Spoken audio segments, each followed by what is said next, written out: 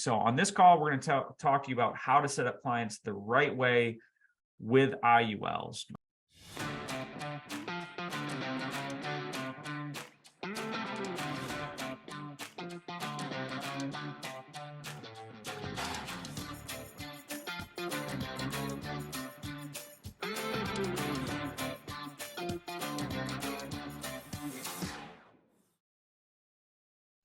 My name is Josh Lockhart. This is the Family First Life America call. And today we're going to talk about IULs. We're going to talk about profitability. We're going to talk about simple retirement solutions, all centered around this thing called an IUL. So first up, we'll talk about what are they? Why should you pay attention to them?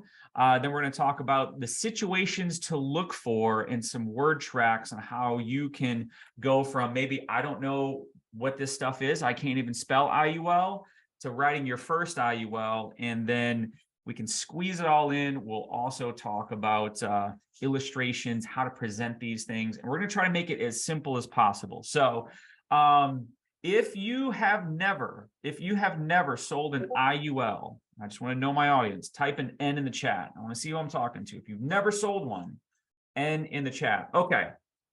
So it stands for Index Universal Life. Now, just over a year and a half ago, I had no idea what this was. I remember my first presentation. I'm sitting in the home. I bought my leads. I called them. I'm sitting in the home, and my manager says, "Write Americo Eagle." And I'm like, "Awesome. What is that?" He's like, "It's whole life." I'm like, "Okay, whole life. I got it. Last your whole life. I can handle that." But I'd heard of this thing called Universal Life. I'd also known, because I did sell insurance like 15 years ago for like a couple of months. And I knew that you could like run illustrations in like a grid of numbers. And I remember thinking, like, I wonder, do they do that here? And I didn't know. And I don't know. I mean, just the people I was hanging around, like no one was really talking about that. So I'll never forget, I sat down with this woman. We're going to call her Mary. Mary was 79 years old, right? I was in the home, and Mary she's like, "Well, I got a policy." And so I tell her, go grab her policy. She goes, the insurance company has been calling me and telling me that my policy is going to basically go away if I don't pay them more money. And I'm like, well, that's a crazy thing. What's going on there? Long story short, we look at her policy and we found out that she had a universal life policy. And so this is kind of a bad situation turned into a good situation, right? So what had happened is, back in the 80s, there was an agent, don't know who they are, long gone, that sold Miss Mary a universal life policy. And they did it at minimum premium, which we'll talk about later, okay? And she'd had it for 30 plus, almost 40 years, and the cost had gone up, and her policy was getting too expensive for her. And she thought it was whole life, right? So they kind of, I don't know what the conversation was, but she wasn't happy about it. And she was really, really upset. And because she's later in life, and this was what she was counting on. And so helped Mary. We called into the her company. Wasn't any of the companies that we represent here, but called into her company, helped her kind of change the policy, do some things, and kind of save that situation. But I just remember how upset she was. She's like, "I thought this was whole life." So here's what I found, right? So I did some research. I'm just kind of going to give it to you so you kind of understand what's going on out there. So Universal Life came out in like the 1970s, all right? And basically, before that, it was just like whole life. There's like a couple basic products, right? And kind of like a traditional, very low end whole life was kind of it, right? So Universal Life comes out, and if anybody's ever heard of the buy term, invest the difference mantra, right? A lot of people preach that you should buy term, invest the difference. It was really a way to do that in a single policy. All right, so this gets started, and a couple of things happened. It caught fire, and what people were doing is they were like, "Hey, this is a great way to put a lot of money into a little bit of insurance." And because it's life insurance, you have all these tax benefits, which we'll talk about. So just kind of hang with me on the story for a second, right? You can grow the money tax-free. You can take it out tax-free. This is incredible. And so they put a lot of money in a little bit of insurance. And of course, Uncle Sam didn't like that. They're like, hey, this is not even, is this even life insurance? You know, people are putting like huge sums of money in a tiny bit of death benefit. And so they came out with some laws and they said, well, we're going to put a governor on this. And you can only put so much money into so much insurance, right? So it's kind of morphed and changed. And then, along comes the cousin IUL, right? It's indexed, which we'll talk about. The other thing that happened, that I found out what happened to Mary is, and again, when we get into the section where we talk about illustrations, right? So when you think of an off-the-shelf life insurance policy, right? You go to, I don't know, Americode, you type in term and they give you a price, right? How much is $100,000? That's what we're used to talking with most of our clients. How much is it, right? I want, my mortgage is $200,000. How much is $200,000, right? And we give them a price. That's what I call an off-the-shelf or target premium policy. But with universal life or index universal life, it could be lower, you can pay less, or you can pay more. So what happened to Miss Mary, they were paying the minimum amount that she could for this policy, and it just didn't last a long time. We'll get into more about that why, but that agent probably didn't set her up the right way. So on this call, we're going to talk to you about how to set up clients the right way with IULs. Okay, so after I get done meeting with Miss Mary, I'm like, well, I need to figure this stuff out. Now, you're on a training today to learn about IUL. So you're in the right spot to get some information to kind of start your journey. But you can be like Brad. What is Brad? Brad is a true professional at his craft. If you've ever heard him talk, I mean, literally like gold comes out of his mouth when he talks about annuities and insurance and all these things. You don't have to be Brad today, but just make a commitment that I'm going to learn a little bit every day. So I started watching YouTube videos, and then the other thing I did, and I would encourage you to do this right now, write this down. If you are contracted with Mutual of Omaha, after this call, log into Mutual of Omaha, okay? Once you log in, you go to Sales Tools, and where you normally go to quote or do an application, there's this little thing on the left-hand side, scroll down about 3/4 of the way through the page, called WinFlex. WinFlex, WINFLEX, right? Go register for that, right? So it's like a software. Go register for today. You won't be able to use it today. It takes about 24 hours, and then you can come back tomorrow, log into it. It's going to say, hey, which companies do you want to run illustrations for? Now you can choose whichever ones you have, right? Definitely United of Omaha, right? Which is like, there's like subsidiary, Mutual of Omaha, let's see, Foresters, Transamerica, F&G. There's some of the ones you can choose.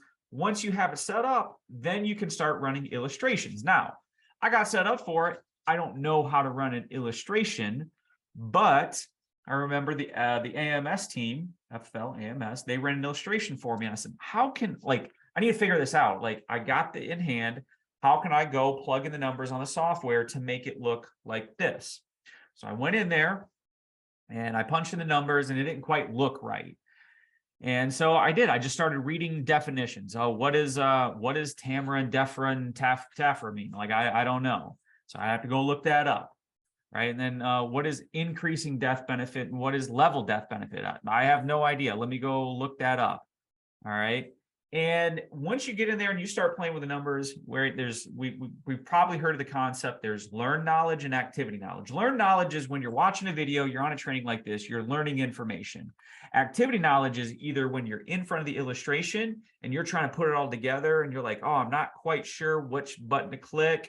And you could have somebody walk you through it. But when you have to figure out which button goes where and does that, and then you have to go communicate that to the client, I promise you, you'll work hard enough that you're like, I'm not going to forget this. So the next time you'll know what to do. So I encourage you, go in there, start looking at illustrations, reading what things mean, take that back, ask somebody who knows, right? Just do the work. So that's what I had to do, right? No one sat me down and goes, here's IULs, right? I was just watching videos, going and reading illustrations, right? So I was kind of nerding out on insurance, but hey, that's what it takes. So a couple of stories why you want to pay attention to IULs, all right?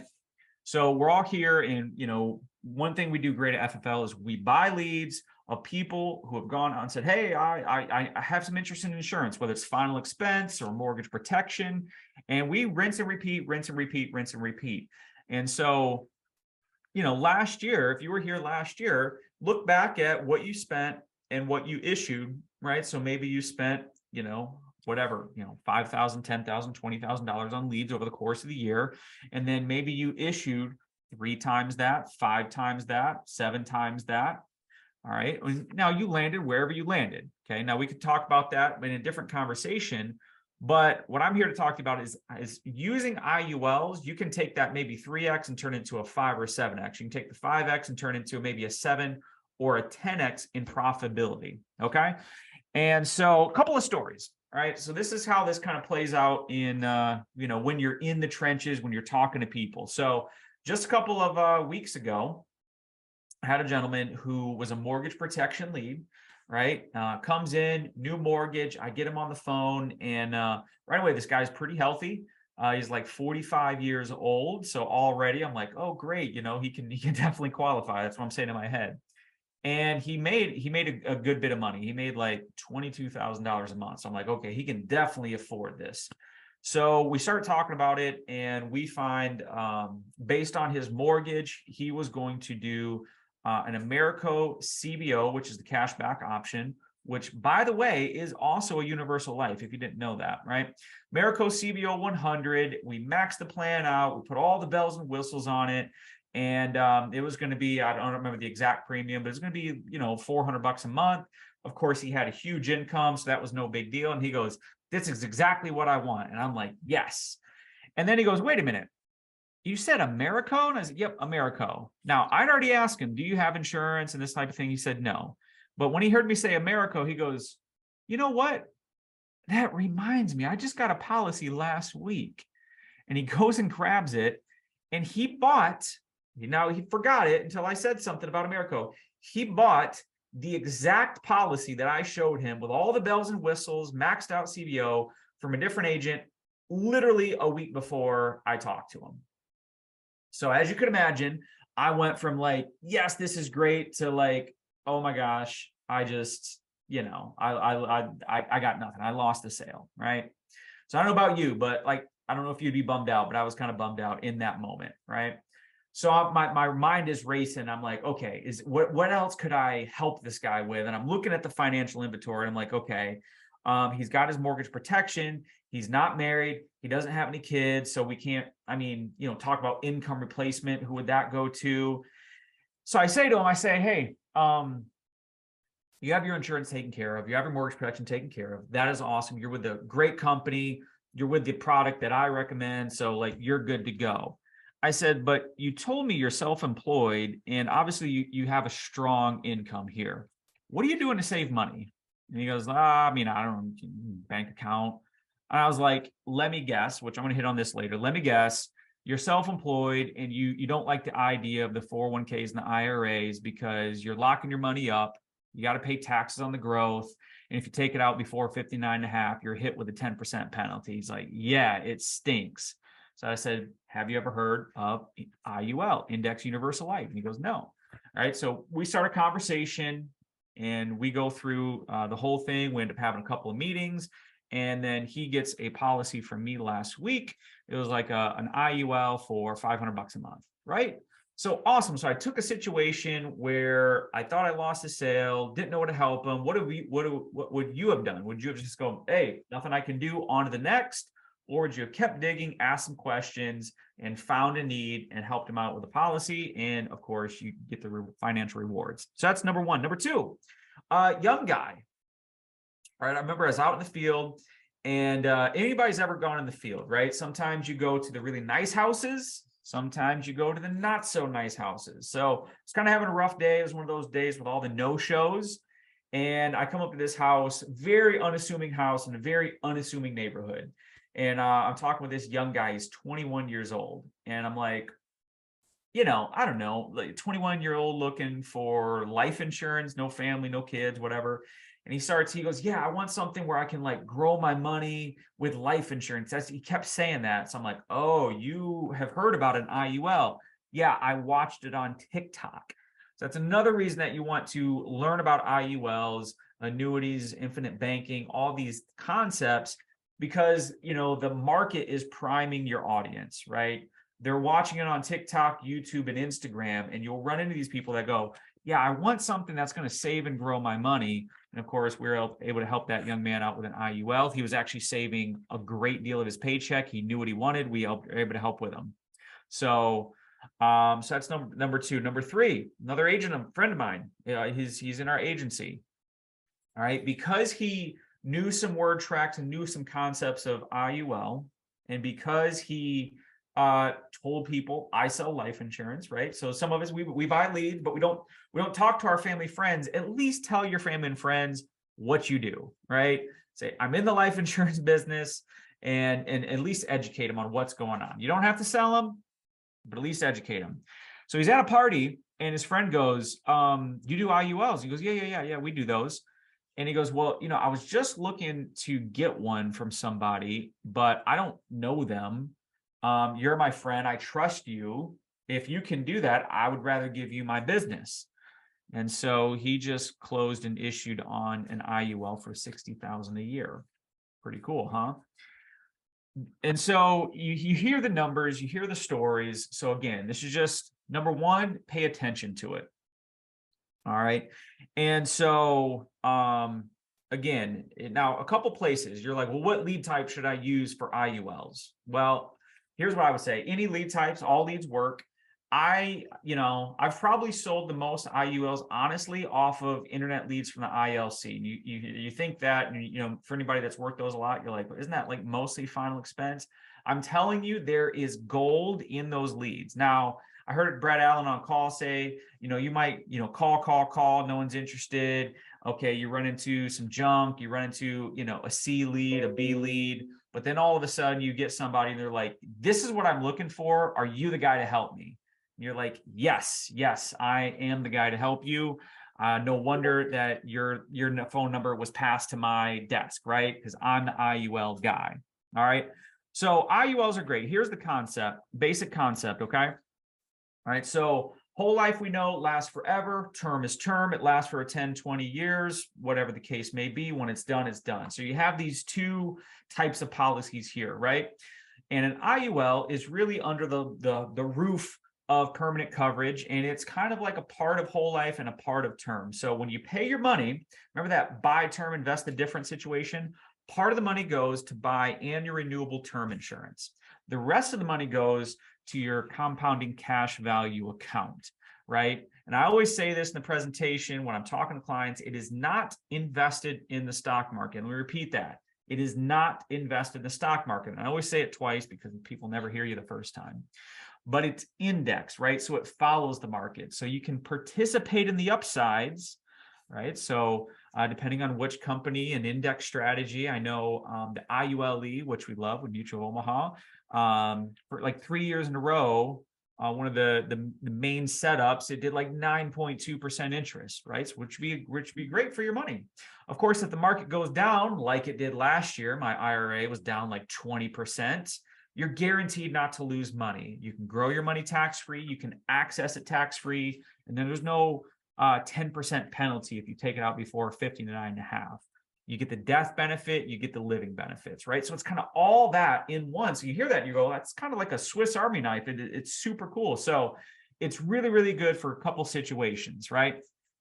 Now, warning label for IULs. Listen up. I'm telling you, here is the warning label. You're going to get done with this call. You're going to be excited about IULs, and you should be. And you're going to go like, I'm going to go get everybody into an IUL. And if you do that, if you try to fit every, square peg into a round hole, what's going to happen is you're going to write a bunch of submitted policies, and your issue policies are going to be way down here, right? So they're not for everybody, right? So take it from me. I went through that. I remember submitting lots and lots of business this was like a summer ago or maybe 2 summers ago. I've even had agents I've worked with done this. They're submitting a lot of policies, and then you're looking at the issue paid reports and like all the work, all the money spent, all the time, where'd all the issue policy goes? Why is that? Well, because to qualify for an IUL, the underwriting guidelines, you got to be fairly healthy. All right. So when you have those questionable situations and you're just trying to, you think it'll qualify and then they Usually you're using carriers like Mutual of Omaha, NLG. Maybe they're fully underwritten with like North American or Transamerica or F&G. There's a few carriers out there. These are all carriers. Most of the time, they're not instant issue. They're not on approval. With Mutual of Omaha, sometimes they are. Most of the time, they're not. So you leave the house, you get off the phone 3 days later, you're like, oh, disqualified. Now you got to go back and tell them that super cool product that they wanted, they can't get, right? So be careful. The other thing is when you get to some of the bigger amounts, they're going to be fully underwritten, all right?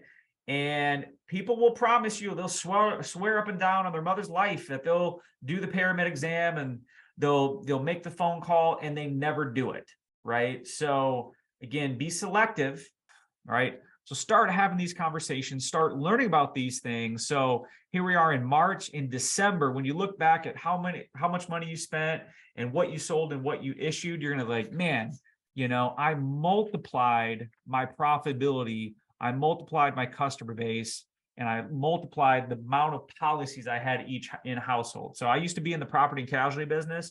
And we used to say, if you have auto insurance with a family, they'll have you for 6 months. If you have home and auto, they'll have you for a year. And if you have life, home, and auto, they'll have you for a lifetime, right? That applies here. If they just have a little final expense policy, they might keep it. They might not.